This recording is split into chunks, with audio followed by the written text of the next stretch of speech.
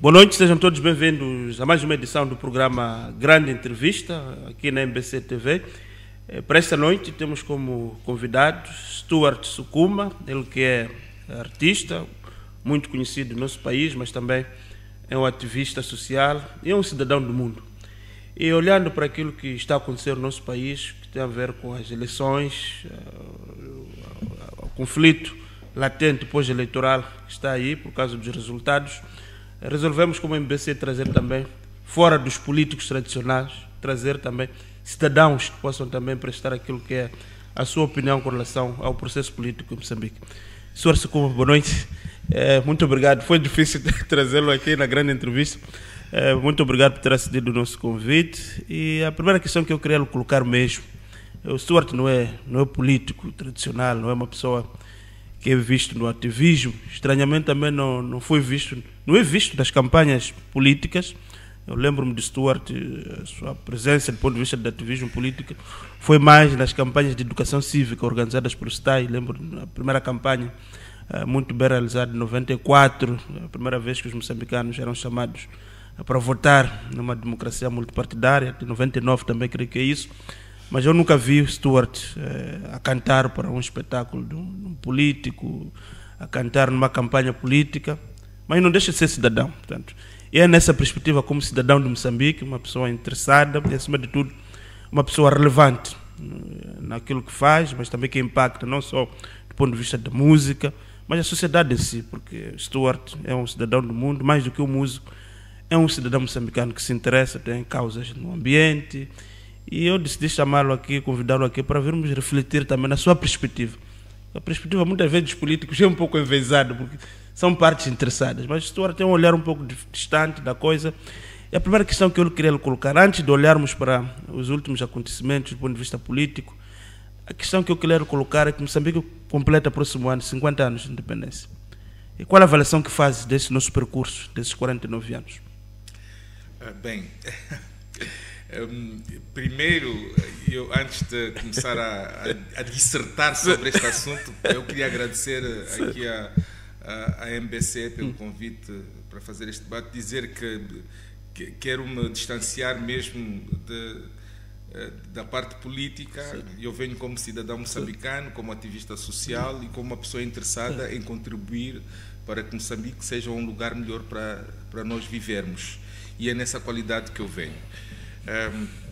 Mais uma vez queria deixar bem claro que sou apartidário e também sou agnóstico. Portanto, isso quer dizer que não tenho um partido de eleição, não sigo, não sou membro e quer dizer que também não sigo nenhuma religião específica, mas tenho um respeito enorme e grande por quem o faça.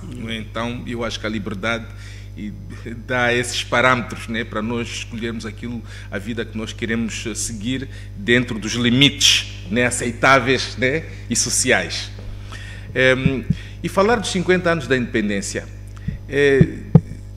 não se pode falar desses 50 anos sem fasear, né, porque houve várias fases desses 50 anos. A independência em 1975, vivemos 2 anos de muita euforia, entre 96 e uma parte de 97. 97 começa a Guerra Civil, exato, e que dura para aí 16 anos, até 91. 92 são os acordos de paz,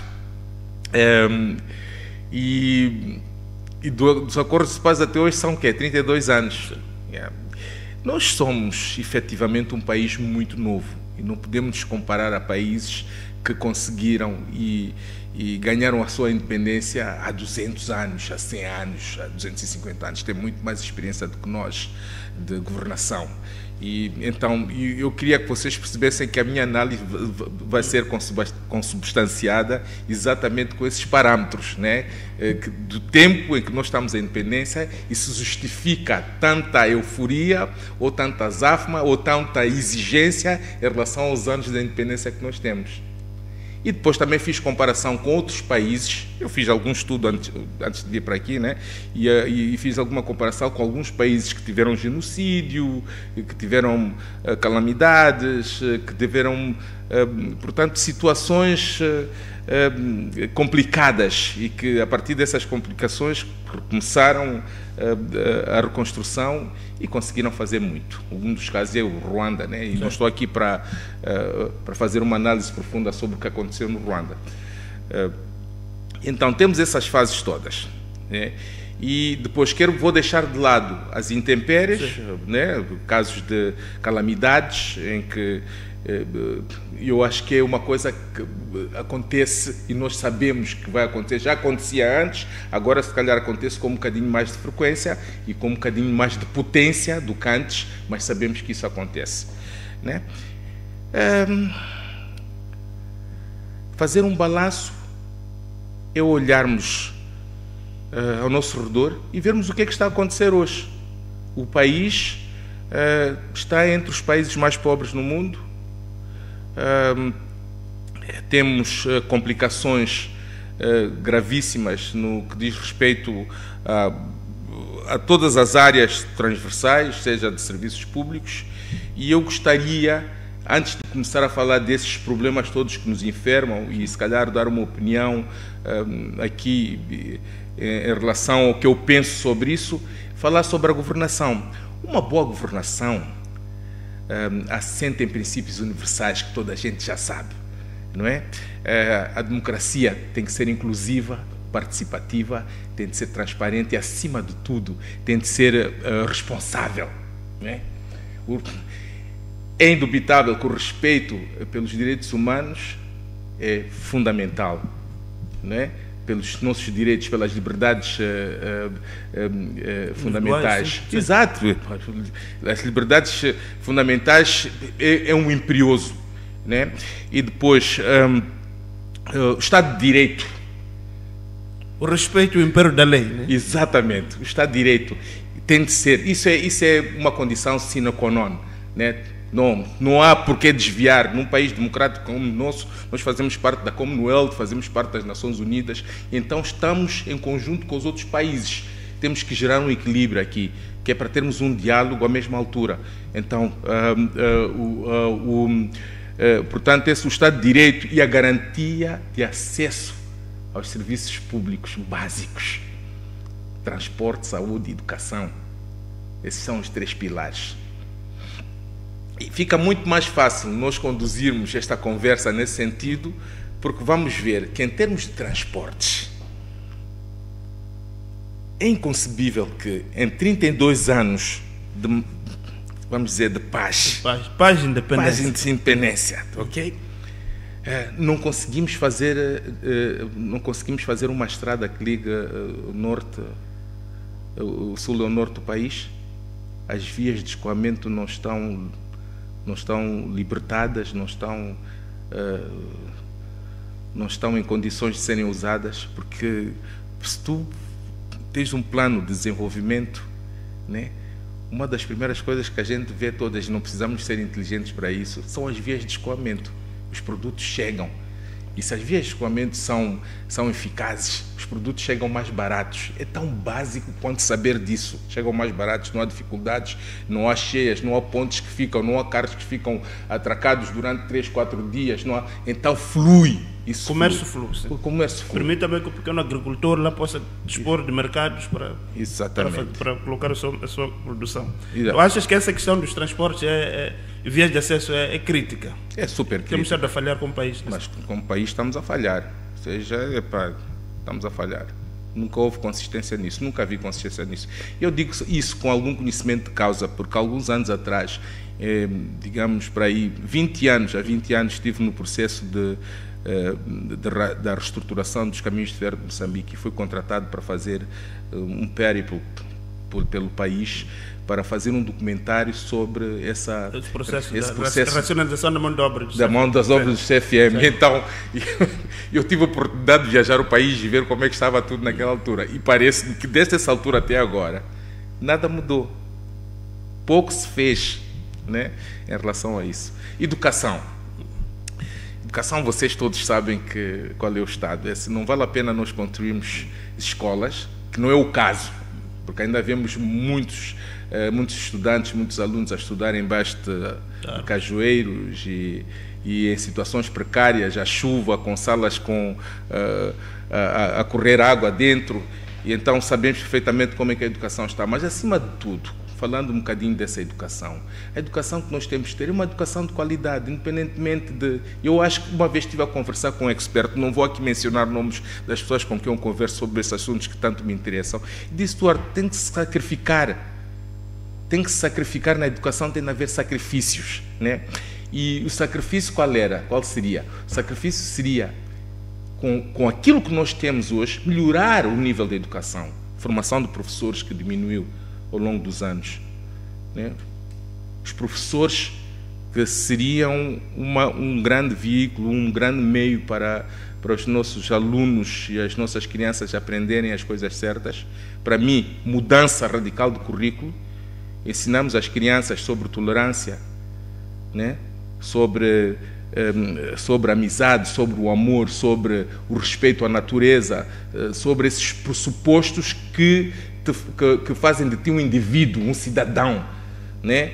Ensinar as crianças sobre literacia financeira e econômica ao nível deles, atenção, ao nível dessas próprias crianças, ensinar como elas, que o respeito entre as outras pessoas, independentemente da cor, da religião, se os pais são políticos de um partido ou dos outros, né? E serem respeitadas por isso, por aquilo que elas são.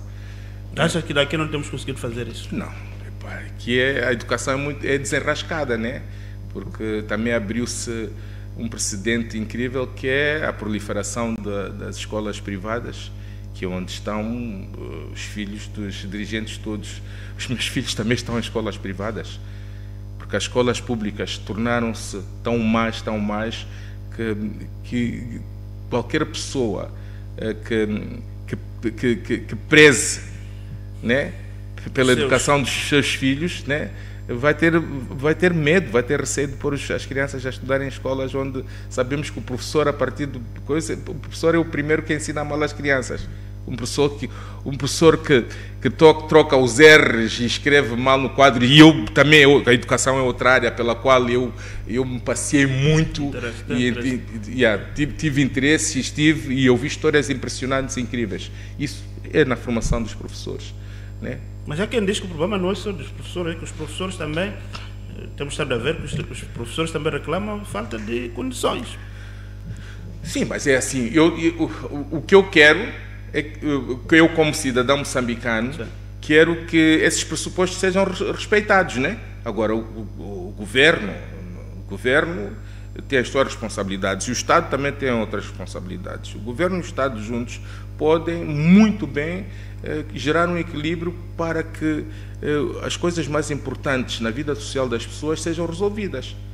Falava aqui das estradas, da educação, agora a questão da saúde também. Acha que não avançamos, mas hoje em dia disse que houve expansão da rede sanitária, temos hospitais em todo lado, agora estamos a construir hospitais provinciais, hospitais centrais. Estamos a construir tribunais também. Não sei. Mas a construção das infraestruturas, sem a formação adequada das pessoas, não nos vai levar absolutamente a lado nenhum. O edifício é inanimado, não fala, não diz absolutamente nada. É a mesma coisa tu teres um fato bonito e depois, quando abrires a boca, não teres argumentos, não teres retórica, não conseguires explicar aquilo que tu queres, não conseguires construir uma linha de pensamento. O que devemos ter feito? Eu acho que a formação, eu acho que a escola, vamos partir do início, a escola, que é o lugar onde nós aprendemos, a escola, porque as escolas estão muito ligadas às comunidades. Ok? Então, eu acho que a escola é a base, né? E depois a saúde, passamos para a saúde, e a saúde é também o que nós vemos, morre-se muito neste país por negligência. Morre-se muito neste país por negligência. E não há responsabilização. E não há responsabilização, né? Também há a proliferação das clínicas privadas, as clínicas especiais. E atenção, eu não sou contra essas clínicas. Eu sou contra o facto de haver clínicas privadas em detrimento de hospitais e postos de saúde que deveriam servir melhor as comunidades, né? Eu estou a falar sobre isso.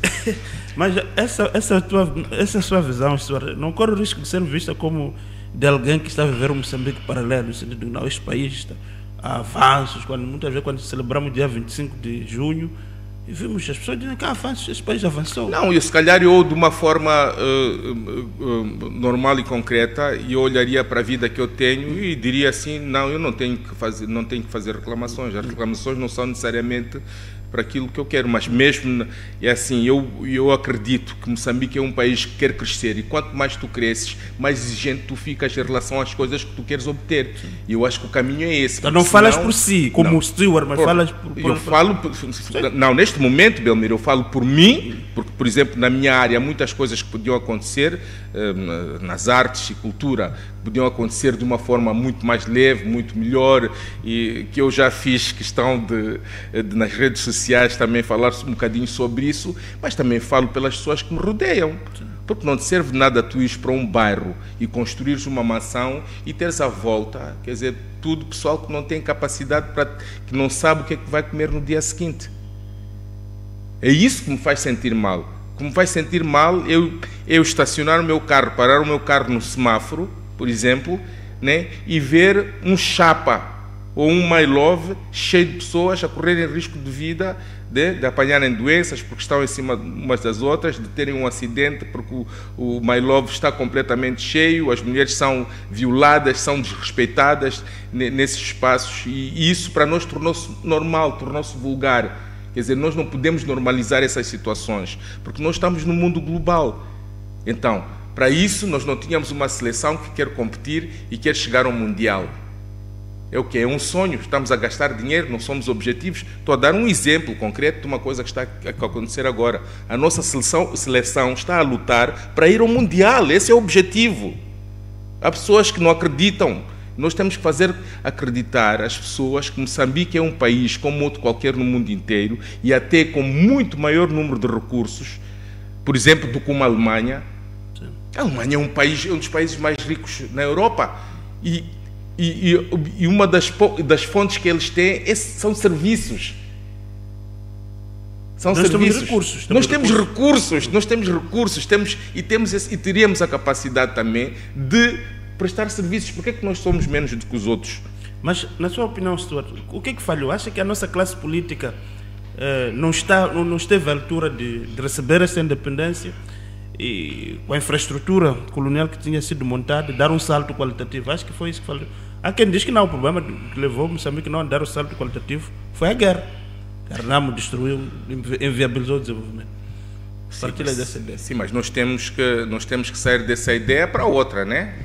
Eu acho que a guerra acabou, a outra guerra que nós temos é interna, e eu acho que a falta de tolerância que existe entre nós permite com que esses assuntos sejam discutidos e as pessoas que discutem sejam egoístas. Eu acho que os partidos políticos são egoístas. Eles não discutem necessariamente os assuntos que interessam às comunidades e ao povo. E só para te fazer um marco, tu lembras quando foi a discussão sobre o salário, houve uma aprovação de 100% na Assembleia, né? E qualquer um dos partidos recusou-se a dizer, né, quanto é que recebiam. Ninguém quis dizer abertamente, ninguém quis falar sobre isso. E é uma disparidade muito grande. E eu penso que, se tu me dissesses, Stuart, assim, olha, se tu formares um governo, qual era a primeira coisa que farias? Era regalias. Nós já vamos avançar até. Eu queria não vamos, né? Para darmos sequência ao nosso... Fez aqui um percurso, uma avaliação quase que negativa do nosso percurso de independência. Uma das questões que eu queria colocar, olhando já para o Stuart, como um ativista, como um cidadão que se interessa também pelo seu país, eu lembro que o Stuart teve um envolvimento muito ativo, por exemplo, no processo da democratização do país. Em 94, esteve envolvido nas campanhas de educação cívica, mas nos últimos tempos Stuart praticamente desapareceu desses movimentos. Por quê? O que ele fez, o que ele moveu naquela altura, abraçar aquele movimento, que foi muito importante. Muitas pessoas, nós outros éramos ainda pequenos, mas também estávamos nos distritos. 1994. Foi graças a esse movimento que conhecemos Stuart, conhecemos outros músicos que não tínhamos possibilidade de vir aqui à capital. Mas graças a esses movimentos foi possível conhecer esses músicos por causa dessas campanhas gratuitas, digamos assim, do STAI e do eu acho que todos nós tínhamos um sonho. Sério. E esse sonho era realmente seguir os pressupostos da democratização do país, do multipartidarismo. E lembro que em 1994 fui contactado pelo Nassordina Dano e pelo Leite Vasconcelos para fazer essa campanha. Mas queria falar, a campanha em 1999, quando nós fizemos a digressão pelo país inteiro, foi uma digressão impressionante, incrível, onde nós levamos os músicos todos.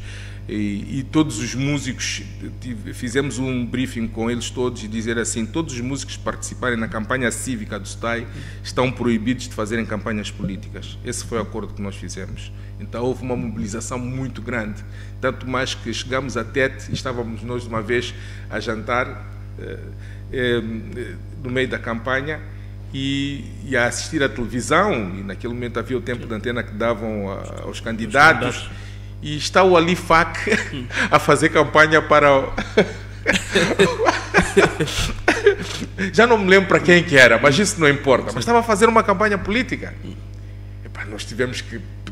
Conversamos com o Ali Fak naquela... Ali, nós tínhamos combinado que não íamos fazer campanhas políticas. Porque, quer dizer, você está aqui a fazer uma campanha cívica e de repente estás a aparecer a favorecer um partido.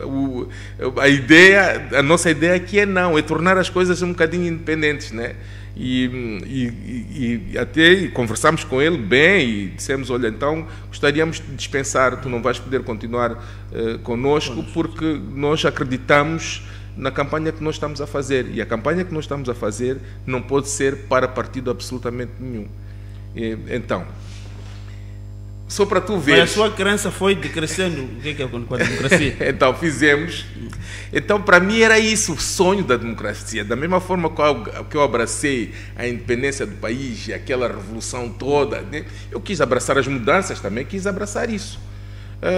Agora, eu penso... Mas veio a desilusão? Desiludido? Não, é assim, enquanto eu estive a trabalhar no STAI, nunca houve desilusão. Tínhamos uma boa relação e tentávamos, na maior das hipóteses, fazer campanhas em que o nosso interesse era exatamente passar essa mensagem da importância que o voto tinha nas pessoas, que as pessoas tinham que escolher. Votos brancos nulos não iam fazer a diferença, e que era importante que as pessoas todas se envolvessem. E eu acho que nós fizemos um bom trabalho, porque ao longo dos anos nós conseguimos mobilizar e explicar muita gente sobre a importância do processo do voto. Houve muita participação em 99. Depois começamos a ter números... Exatamente. Agora, essa pergunta que tu me fazes, Belmiro, eu acho que tu tens de fazer ao próprio STAI e perguntar a eles o que é que aconteceu.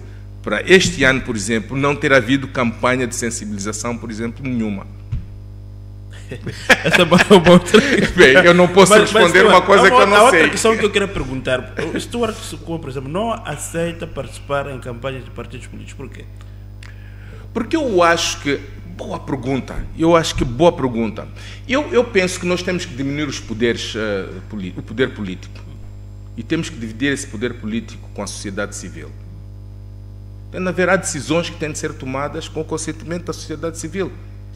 Seja por via de abaixo-assinados, seja por via de referendos, seja por via de organizações que sejam criadas a fim de serem consultadas, né? Um governo que se preze e quer uma participação ativa popular, né? Consulta.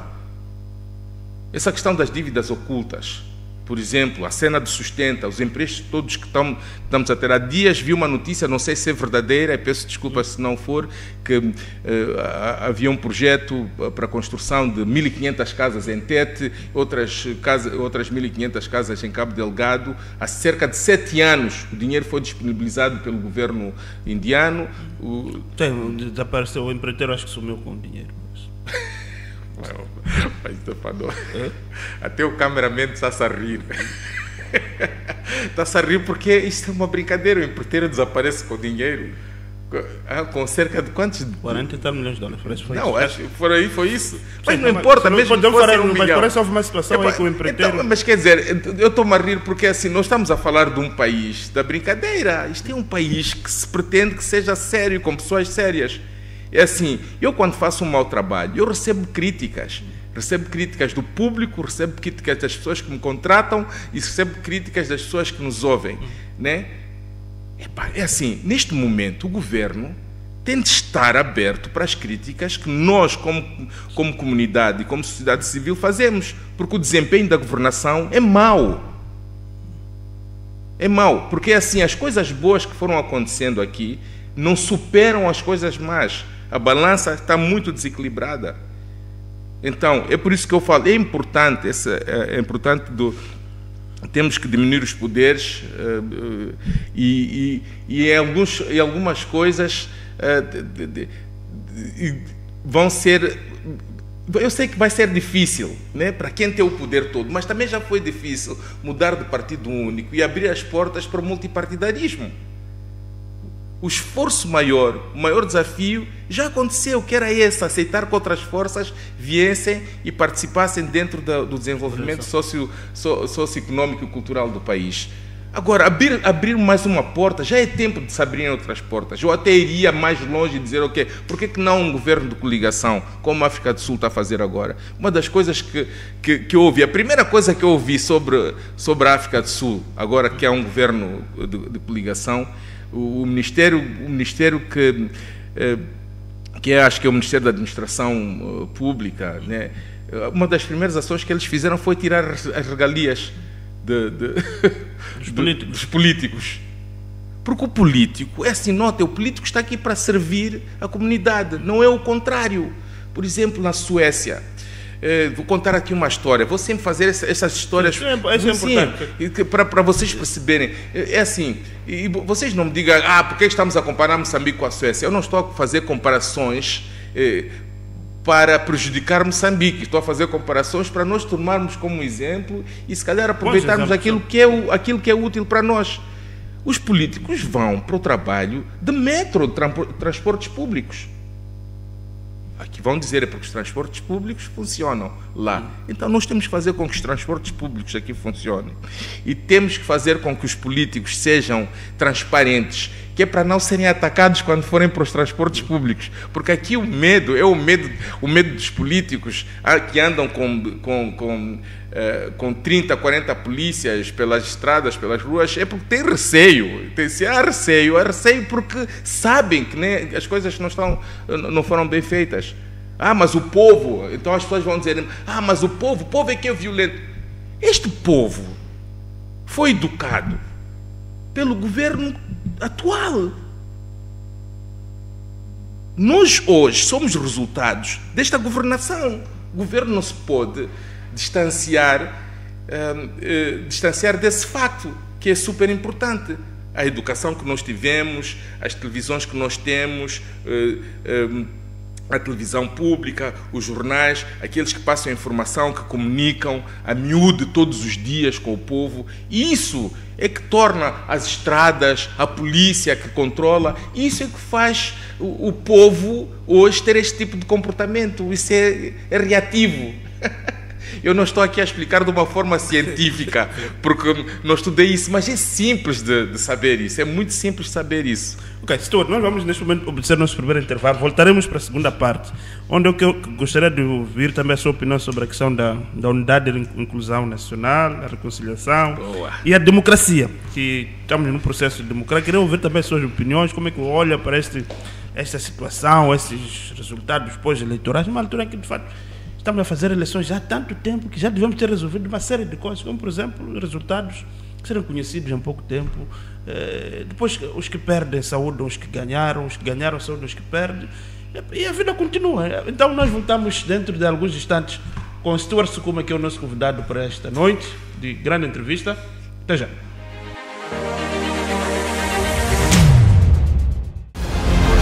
Saudações, está no ar a edição... Feche o seu dia bem informado com o Jornal da Noite. Não puxa, mas com uma equipa de jornalistas dedicados, garantimos que você não perca nenhum detalhe do que acontece no país e no mundo.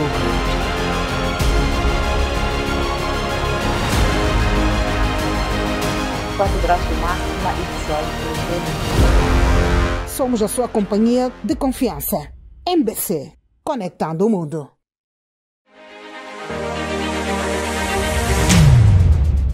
Boa noite, estamos de volta para a segunda parte do programa Grande Entrevista. O nosso convidado é Stewart Sukuma, artista muito conhecido, muito facetado, mas nesta noite está aqui como um cidadão, eleitor por acaso, tem direito de exprimir a sua opinião com relação ao país e, acima de tudo, ao processo político que está neste momento a ocorrer, com os anúncios dos resultados que encontram aqui resistência por parte de alguns setores que acham que esses resultados não refletem aquilo que foi a vontade soberana do povo, e há quem acha que não, esses resultados de fato são legítimos. É nessa discussão que sobressai essa questão. Discutíamos aqui na primeira parte a questão do povo, que é reativo em relação a muitas situações.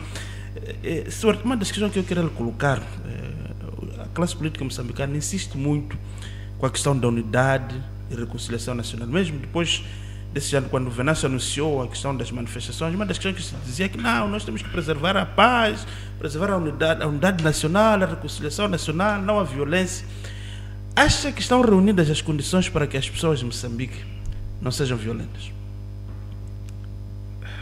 Neste momento, eu acho que não.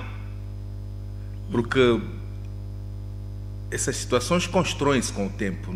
E para mim, eu acho que os discursos não chegam. A unidade nacional, basicamente, promove-se a partir do topo dessas pessoas, mas com exemplos, com bons exemplos. Não é só com discursos ocos e discursos que muitas vezes não são cumpridos. Não é? Então, não se pode falar de pacificação e depois termos uma reação da polícia que seja uma reação violenta em relação às manifestações. Que muitas vezes até são manifestações, são pacíficas, até alguém começar a fazer alguma coisa violenta, né? Então, eu acho que a polícia tinha que se capacitar em relação a isso. E eu acho, agora, a unidade nacional tem de ser com exemplos. E continuo, eu vou voltar outra vez para a questão da educação. A educação no país tem de se virar para esse pressuposto, se nós quisermos que estas crianças que hoje têm 10 anos, daqui a 2 décadas, com 30 anos, cresceram com uma educação que lhes permite ser tolerantes e unir.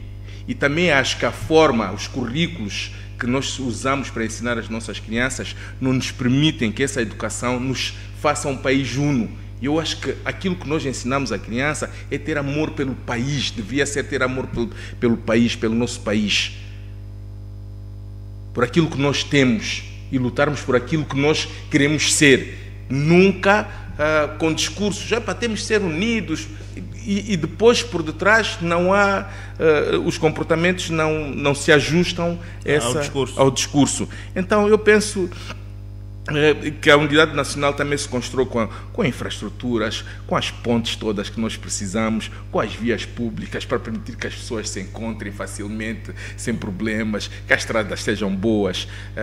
Eu acho que é importante, a unidade nacional constrói-se quando se facilitam as pequenas e médias empresas com políticas que sejam saudáveis, sãs e permitam que essas empresas cresçam, né, dentro do mercado. Eu já estive a conversar com vários empresários de várias áreas de empresas que dizem que Stewart é difícil trabalhar neste país. Aliás, na minha área é difícil. Trabalhar na área da arte e cultura é super difícil. Isso eu tenho. Mas vamos falar de outras áreas que são cruciais, né? Com o intuito, não se vai conseguir criar uma política em que para criar um PIB, né, em que seja razoável para as pessoas saírem do sufoco em que estão neste momento e poderem viver à vontade com o mínimo. É impossível.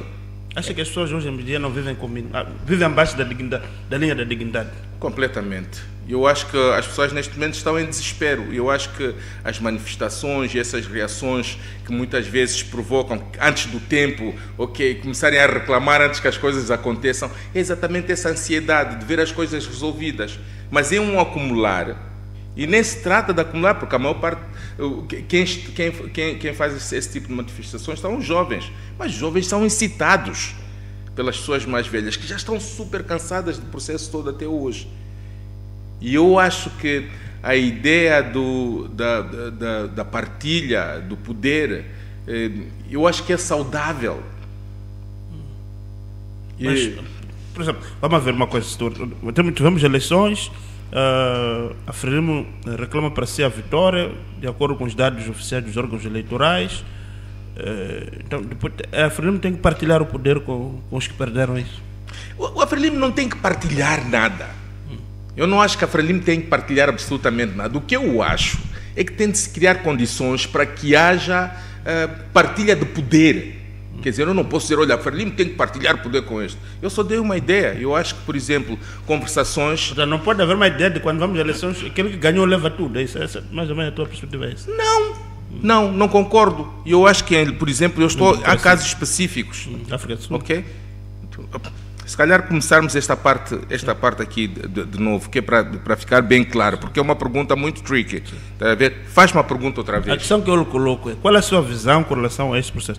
Falou aqui da questão do partilha do poder. Eu queria perceber qual é a sua ideia concreta. O Partido Frelimo, por exemplo, ganhou eleições agora, deve chamar a oposição para governar com ela, é isso? Ou, na sua perspectiva, a partilha do poder não é necessariamente a questão do... Quem vai a eleições não pode ficar com aquela sensação de que é o tudo ou nada. Qual é a sua perspectiva com relação a isso? Eu acho que a partilha de poder tem de ser justificada com o processo, com o resultado das eleições. Se há um partido que ganhou as eleições e que se comprove sem fraude que as eleições são transparentes e credíveis, né? Essas eleições não são credíveis? Para mim, não. Eu acho que nós vimos muitas anomalias. Aliás, toda a gente viu, né? Eu acho que o que as televisões filmaram, eu acho que houve mais problemas nessas eleições do que houve nas eleições passadas, até. E situações flagrantes. Então, eu penso que esta é uma boa oportunidade para os políticos mostrarem maturidade, sentarem-se, conversarem e verem dentro dessa estrutura o que é possível em termos de partilha. Eu acho que é uma boa resolução. Na sua opinião, perante... Não somos todos moçambicanos, na sua opinião, perante este coro, esse avolumar de alegadas irregularidades, há uma necessidade, mas o Estado, mas dizem que não, temos que confiar nos órgãos competentes. Os órgãos competentes vão dizer que a Frelimo ganhou. Quais são os órgãos competentes? Nós aqui estamos a discutir e estamos a duvidar da capacidade desses órgãos que se dizem competentes de terem feito um bom trabalho. Então não acredita também nisso? Eu não acredito, não acredito. Eu não acredito nestas eleições, eu não acredito da forma que estas eleições foram feitas. E tenho a certeza que muitos, mesmo aqueles que têm vergonha e medo de dizer, concordam comigo. As eleições não foram transparentes. Isso é um facto. Não foram. Perante esse facto... E perante esse facto, eu penso que a melhor solução seria os beligerantes reunirem-se, né? Sentarem-se à mesa e verem qual é a solução. Isso para o bem do povo. Isso para o bem do povo. Né? Acha que há capacidade suficiente para ser feito isso em Moçambique? Eu acho que temos que ir buscar capacidades para fazer isso. Afinal, nós estamos a falar de unidade nacional. Como é que nós estamos a falar de unidade nacional e depois não há capacidade para os políticos, né? Para as forças políticas diferentes se sentarem numa mesa, conversarem e chegarem a um acordo e viabilizarem uma governação, mesmo que seja uma governação partilhada e que o povo, né, pelo menos gera um equilíbrio naquilo que são as diferenças que existem entre o povo. Se o Stuart fosse convidado agora para dar a sua opinião, portanto, a sua opinião seria essa? Minha opinião seria sobre, portanto, isso em relação a estas eleições. Eu não sei como é que vão ser as próximas eleições. O problema é que se nós deixarmos passar em branco, sem tomar uma reação que seja para melhorar o trabalho que essas instituições têm, né? Se nós não tomarmos uma ação agora, vão ser mais 5 anos, né, de uma governação que eu não sei qual é. É por isso mesmo que eu não aposto em político em políticos. Eu acho que a sociedade civil tem capacidade e tem força suficiente para agregar valor, portanto, às governações todas existentes. Eu acho que muitas vezes a sociedade civil também não está em... É o comodismo, né? As pessoas têm medo de falar, têm medo de sofrer retaliações, aí surge aquela questão da partidarização das instituições do Estado. Todos não acreditamos que funcionários públicos todos apareçam em público para falar, por exemplo, sobre as anomalias que existem. Que existem ao longo dos 5 anos de governação e muito menos agora. Mas por quê? Medo! Nós aqui em off tivemos a conversar um bocado e percebemos perfeitamente que as pessoas têm que pôr comida na mesa, né? Mas, Stuart, uma das coisas que nós estamos aqui a falar do processo eleitoral, de uma ou de outra forma, os políticos ou a classe política terão que encontrar uma solução para que, de fato, o país saia desta situação. Mas uma questão que tem sido recorrente a se falar em Moçambique é a questão da meritocracia e da corrupção. Qual é a análise que faz com relação a essa questão da corrupção? Acha que a corrupção é tão decisiva assim, digamos, para que as nações falhem? Olhando para o nosso caso em concreto. Eu acho que sim. Qual a sua experiência com a questão da corrupção? Eu acho que sim, a corrupção, eu acho que o nível de corrupção, que nós temos em Moçambique não permite que o país se desenvolva. Porque é assim, eu não quero que quem me ouve falar sobre isso, né, diga bem, temos que ter menos corrupção. Pode haver corrupção. Não, eu acho que o melhor de tudo era que não houvesse corrupção, né, nenhuma, absolutamente nenhuma. Mas o nível de corrupção que nós temos hoje é do tipo: havia 1.500 casas para serem construídas e não foi construída uma casa. A questão aqui não é que foram construídas algumas, 70% das casas foram construídas. Podemos alojar pessoas. Aqui a questão é que não foi construída uma casa. Eu estou a falar de uma situação que é uma. Não estou a falar daquelas todas situações que tornaram este país, ou quase tornam este país um país que à beira da ruptura. Né? Porque há muita coisa que a gente não sabe. Então eu penso que sim. Eu acho que aqui as pessoas são nomeadas não por mérito, mas por compadrio e porque fazem parte da mesma fação, e mesmo dentro do sistema, né, há clivagens. Nós sabemos perfeitamente que há clivagens. Alguns políticos da mesma fação preferem trabalhar com uns e não com outros, e por conveniência. Sabemos perfeitamente disso. E acha que não há a meritocracia não tem espaço em Moçambique? Acha? Mesmo olhando para si como um músico consagrado, acha que havia em outros países como Portugal, aqueles são os músicos do sistema, que muitas vezes não obedecem lógica de talento. Mas sabes, Belmiro, eu penso, por exemplo, eu não sou um bom exemplo, se calhar, para falar sobre esse assunto. Sim. Sabes porquê? Porque as pessoas dizem assim: mas vê lá, Stuart Sukuma só chegou agora onde está por causa do sistema. Mas olha assim, se eu cheguei até agora por causa do sistema, é obrigação do sistema dar-me espaço para eu usar as ferramentas que eu tenho para progredir na minha área. Ninguém me está a fazer um favor. Eu queria dizer, malta, ninguém me está a fazer um favor. Pelo menos para aquilo são as coisas pelas quais eu luto. Fazer bons concertos, sair à rua, tentar conseguir que a indústria criativa seja uma realidade no país, porque ainda não é, e deixarem-me fazer esse trabalho à vontade, livre, com transparência. Não estão a deixar fazer. Está vendo? E não deixam. Por quê? Ok? Acho que eu falava dessa questão da meritocracia. Acha que, tal como Stuart, existem outras pessoas em outras áreas que acabam não progredindo porque se calhar não cedem um favor aqui e acolá, não entram numa ambiguidade acolá? Exatamente. Eu acho que é gravíssimo a situação e o facto das pessoas serem nomeadas por razões políticas e não por razões de competência. Ok? Isso é um facto. Segundo, é assim: a liberdade financeira, Belmiro, a liberdade financeira dá-te liberdade de expressão. Quando tu sabes que a tua liberdade financeira, onde tu vais ganhar o dinheiro não depende do sistema, tu ganhas dinheiro por mérito, tu ficas uma pessoa livre.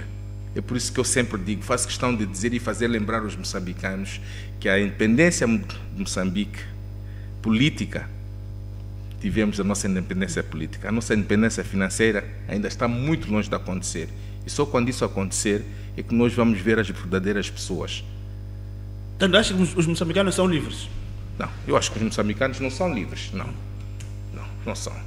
Mas não é muito Nem grave. Todos os moçambicanos. Não é grave estar a dizer. Não são. Não, para mim a liberdade tem de vir com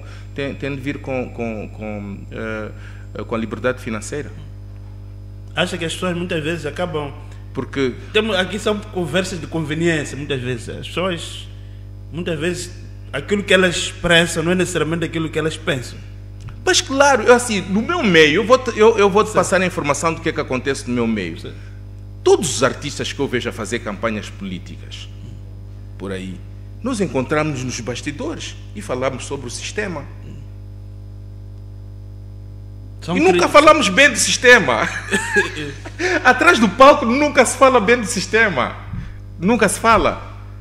Os artistas moçambicanos, ninguém tem coragem, né? Ninguém tem coragem de falar abertamente. Mas por detrás no palco, atrás do palco falam. Mas porque acham que tem medo de represálias? Mas claro tem. Há pessoas que dizem, há pessoas que conversam comigo, não são muitas, porque a partir do momento que eu me posicionei, e acho que as coisas ficaram um bocadinho mais claras quando foi o funeral do Azagaia, e eu juntei-me à massa popular para demonstrar solidariedade, né? E eu acho que algumas pessoas ficaram chocadas, e entre os músicos também. Alguns dos músicos já não é que deixaram de falar comigo, mas evitam-me, quer dizer, já não têm conversas comigo. És um pequeno leproso, não é? Então...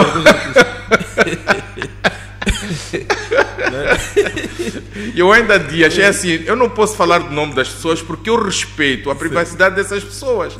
Mas há 3 ou 4 dias eu estive a conversar com um dos músicos que fez a campanha. E esse músico ligou para mim para me pedir apoio de uma situação. Eu disse, mas eu acho que aqui está... Há aqui um equívoco. Acho que não era amigo que tu devias ligar para pedir apoio. Sabe a ver? É assim, porque eu acho inconcebível, e até acho inconcebível, que usem músicos para fazer campanhas. E os músicos, há uns que dizem, não nos pagaram. Outros, mas já sério que vão fazer campanhas e que não recebem? Eu não posso vender a única coisa, aliás, não posso dar de borla. Eu não posso dar de borla a única coisa que eu tenho para vender, que é a minha arte, que é a minha fonte de subsistência. Eu acho que as pessoas têm que respeitar a minha arte, como eu respeito a profissão do advogado, como eu respeito o médico. Então não vou, quer dizer, quando ouço que pessoas estão a fazer campanhas políticas, né, e não são pagas, e nos 5 anos consequentes, né, que vêm a seguir, esse próprio artista tem problemas sérios para arranjar emprego, para arranjar onde tocar, e os problemas básicos não foram liberados. Acha que isso é muito grave? Eu acho que é grave. Stuart, nós acho que temos mais uns 10 minutos ou 5 por aí. Outra questão que nós queríamos, estamos a caminho, de facto, falamos aqui da democracia, falou aqui das eleições. Eu queria voltar nesse tópico da questão das eleições. Para que, como é que, na sua opinião, como é que deviam ter sido organizadas as eleições? Para que, de facto, fossem livres e justas, transparentes, na sua opinião? Eu acho que eu numa das minhas intervenções nas redes sociais falei muito da questão dos recursos humanos. Sim. As pessoas que são escolhidas para estar nas mesas, né, que eu acho que seria a primeira coisa, a formação dessas pessoas, seja a formação académica, a formação cidadã, em termos de cidadania, e a formação específica para o trabalho que vai desempenhar, para essas pessoas saberem qual é a importância de serem idôneos, de serem transparentes, de serem honestos no trabalho em que vão fazer. Acha que essas pessoas não sabem? Sabes que as pessoas não sabem? Eu acho que não. Eu acho que não têm noção. Sabem, mas não têm noção. Há uma diferença entre tu saberes e teres noção e a importância que isso significa para Mas não é por causa daquela país. ideia que o senhor estava aqui a referir, que em Moçambique, por causa das dificuldades, as pessoas vivemos no tudo ou nada. Né? As pessoas, muitas vezes, estão aí a defender o seu pão. Muitas vezes. Não é necessariamente, as pessoas têm consciência de que provavelmente o que estejam a fazer não é correto, mas as pessoas precisam viver. Mas defender qual pão? Mas que defender qual pão? É assim, eu acho que o povo moçambicano é pouco exigente nisso. Não valoriza o próprio trabalho que faz. Eu acho que o nível de exigência que nós temos ainda está abaixo da média, que é para nós competirmos com o resto do mundo. E temos todas as capacidades para fazer isso. Hoje temos mais intelectuais do que nós tínhamos há 50 anos. Okay? Temos a tecnologia, temos acesso à tecnologia, temos acesso ao mundo inteiro, sabemos o que é que acontece no mundo inteiro através dos noticiários, através das redes sociais. Nós temos todas essas possibilidades e temos capacidade como pessoas. Eu não acredito que em Moçambique não haja pessoas com capacidade para governar este país, que não sejam aquelas que estão a fazê-lo agora.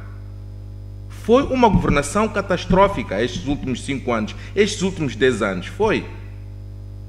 Eu não vou compactuar com uma situação em que o país... Eu não viria aqui falar sobre este assunto se eu não achasse que fosse de extrema importância, né, que pessoas como eu, pessoas que tenham o poder da comunicação, pessoas que têm alguma visibilidade, fizessem um contributo para melhorar a governação. Mas então, uma questão está a falar aqui que foi uma governação muito... Mas quem diz que essa governação teve repleto de desafios. Teve a questão das dívidas ocultas, teve as intempéries, portanto, há uma série de questões que condicionaram que, de fato, esse governo não tivesse a exercer as funções dentro daquilo que era expectável. Ou não?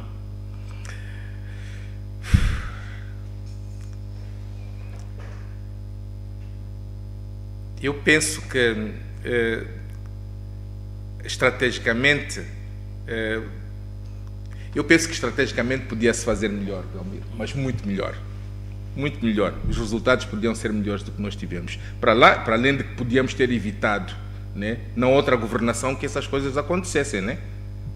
Ninguém faz dívidas para prejudicar. Sim, mas a grande questão que se coloca também, e isto eu costumo ver com analistas políticos, é que muitas vezes quando os presidentes são eleitos, tomam posse, de um dia para o outro começam a ter virtudes absolutamente quase que celestiais. São os mais visionários, os mais queridos. Isso faz com que, de fato, o dirigente político muitas vezes comece a acreditar seriamente que tem dons mesmo acima do comum mortal. Não é um pouco disso, é uma questão do fenômeno da bajulação, como se fala por aí? Eu penso que um presidente da República é só um funcionário que trabalha com uma equipa, né, de assessores, que são os seus ministros, os vice-ministros, os diretores provinciais. Mas eu acho que devíamos potenciar mais era a questão da distrital. Quando tu começas quando tens um distrito organizado, estás a ver, né? Quando estás... Como é que é? Micro, né? Se tens um distrito, é uma governação micro. Uma governação micro. Se a governação fosse bem feita naquilo, naquele pequeno círculo, estás a perceber, né? Eu penso que quando tu vais crescendo, essa perfeição na governação vai se alastrando. Mas o exemplo dessa boa governação tem de vir do topo. Não deve vir do topo.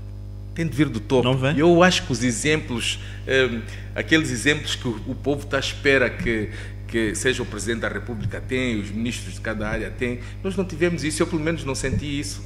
Eu não senti essa confiança. Então, mas o mais grave disso tudo, né, é a gestão dos recursos que nós temos aqui, sejam os recursos naturais, sejam os recursos humanos, sejam os recursos todos que nós temos em Moçambique. Essa gestão de recursos não foi bem feita. Não foi bem feita. Só nos últimos 10 anos ou em todos? Não, eu acho que em todos... já fizemos uma análise dos 50 anos do que é que aconteceu. E eu acho que havia coisas que problemas que deviam ter sido sarados e que não foram. Né? Que há sempre uma protelação, há sempre um atraso, há sempre uma tentativa de adiar os Mas olhando, Stuart, estamos mesmo no caminho do fim do nosso programa. A questão que eu quero colocar é, na sua opinião, qual é o lugar das artes e cultura em Moçambique? Bem, eu acho que uma das coisas que nós temos que mudar é o mindset das pessoas aqui em relação às artes em Moçambique. É assim, temos uma coisa que é cultura, vamos dividir e aqui não confundir as coisas, porque aqui as pessoas confundem muito. Cultura é a forma como um povo vive a sua vida, as suas tradições, o seu modus vivendi do dia a dia. Isso é a cultura de um país que junta esses pressupostos todos. E as artes é uma parte ínfima da cultura, que eu acho que a arte dá o seu ar, o ar de graça e ajuda muito a promover, atenção, estou a falar de artistas conscientes. Né? O que é isso de artista consciente? São artistas que fazem músicas, que têm uma mensagem, que não insultam nas músicas, e nem fazem da música um meio pessoal só para se beneficiar a si próprio, mas que sejam em benefício de uma comunidade. Eu acho que neste momento nós, por exemplo, em termos de governo, eu acho que ao invés do governo ou do sistema, vamos falar do sistema porque o sistema é muito mais abrangente. O sistema, para mim, envolve empresas que de alguma forma em que os diretores ou os administradores são nomeados pelo Estado ou pelo Presidente da República, que são os patrocinadores. Deixarmos de patrocinar entretenimento para patrocinarmos a manutenção das nossas tradições, seja em qualquer tipo de artes que existem. Mas aquilo não vende, não atrai público, tem que continuar a ser patrocinado. O que é que não vende? Quem disse que a cultura não vende? Nós é que não sabemos vender. Nós não sabemos. Eu já estive em países que as pessoas vendem um amendoim. Eu estive na Jamaica e os jamaicanos vendem um amendoim como se o amendoim fosse criação deles. Então é preciso saber vender. Os brasileiros sabem vender a cultura deles. Eles venderam o samba, venderam o bossa, ganharam dinheiro em todo o mundo, né? Porque o dinheiro, por exemplo, se o Gilberto Gil ou o Djavan vem cantar em Moçambique, né? O dinheiro vai para o Brasil, não fica em Moçambique. Sim. Então o Brasil fica mais rico porque os músicos, os artistas levam dinheiro de fora. Aqui é o contrário, a malta aqui ganha o dinheiro, aqui vamos gastar lá fora. E temos que começar a fazer o contrário.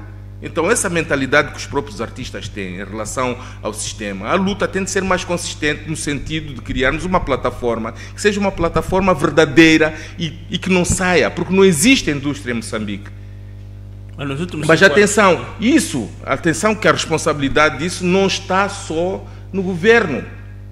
Enganam-se as pessoas. A responsabilidade disso está nos próprios artistas, na sociedade civil, e é partilhado. Interessa muito ao governo, ou interessa muito ao sistema, neste caso específico, né, que os artistas sejam meros peões, que se passeiam, cantam uma música, fazem mexer o rabo aqui, ali, né? Sentem baixo aqui, sentem baixo ali, que não passem disso. Que os artistas não tenham uma intervenção, por exemplo, como o Azagaia tinha. Quantos Azagaias mais é que apareceram aqui? Muito poucos, ou quase nenhum. Muitas vezes também que o custo disso é muito alto. Mas é assim, tende a ver, não há revoluções que sejam revoluções pacíficas. Mas o senhor tem que aceitar que há pessoas que não querem ser revolucionários, querem ganhar dinheiro, querem comprar o seu carro, comprar a sua casa. Aceito, com as suas mas há uma responsabilidade. Mas os países têm ou não têm que ter uma responsabilidade sobre isso? Nem todos querem ser revolucionários, querem ser... Sim, não, mas eu estou a falar institucionalmente. Mas institucionalmente, diz-me, institucionalmente. Nós temos que preservar. Os países todos têm uma cultura e a cultura é a base. Para mim, a cultura é a base do desenvolvimento sociocultural e econômico. Estás a ver? Então, há essa responsabilidade. Deixa aqueles que são indivíduos e que têm a liberdade para isso fazer isso. Mas o governo, como o Estado, estás a perceber, né? Não há. Qual política cultural? Qual política cultural? Não sabia que não há? Não há uma política cultural. Qual é a política que nós estamos a seguir? Está tudo no papel e não se segue. não há proteção. A questão dos direitos de autor, no dia em que essa guerra rebentar, a questão dos direitos de autor, quem que tem que pagar os direitos de autores, quem são os responsáveis por prevaricar ou por telar esta situação dos direitos de autor, isto tem de ser resolvido, tem de ser uma questão que tem que ser resolvida. Agora havia uma altura que não, os ministros da cultura não eram artistas, agora trouxeram uma pessoa das artes. Eu acho que a questão do Ministério da Cultura não é assim tão linear como muita gente pensa e atirar as culpas todas para a ministra neste momento. Eu acho que o sistema é um sistema todo que está enfermo, não é é muito mais profundo. É muito mais profundo do que dizer o Ministério da Cultura não está a fazer nada. Então, aí passamos à frente e perguntamos às pessoas qual é o Ministério que está a fazer alguma coisa, por exemplo, mais do que o Ministério da Cultura, se nós fizermos uma comparação equitativa. Você fez uma estátua recentemente? Sim. Fez uma estátua. Eu acho que esses problemas que enfermam a sociedade moçambicana são problemas transversais a todas as áreas. Porque é aquela questão, a questão da meritocracia, né? Que as pessoas que são postas nessas áreas têm de estar coniventes com o sistema. Ok? É só isso. Se calhar a penúltima questão que eu queria colocar. Stuart, eu sei que não é agnóstico, não acredita muito em religião, mas o Papa Francisco, mais do que um líder religioso, é também uma voz, uma consciência do mundo. Uma das coisas que ele tem estado a insistir muito é a questão do ambiente, de fazer da natureza a casa comum. Como é que olha? Eu sei que o Stuart tem um envolvimento também nessas áreas ambientais. Como é que olha para a nossa política ambiental versus parece um desespero na questão da extração de recursos naturais? Acha que esses recursos estão mesmo a beneficiar as pessoas? Não, eu acho que o benefício direto de todos os projetos que existem neste momento é nulo. É assim.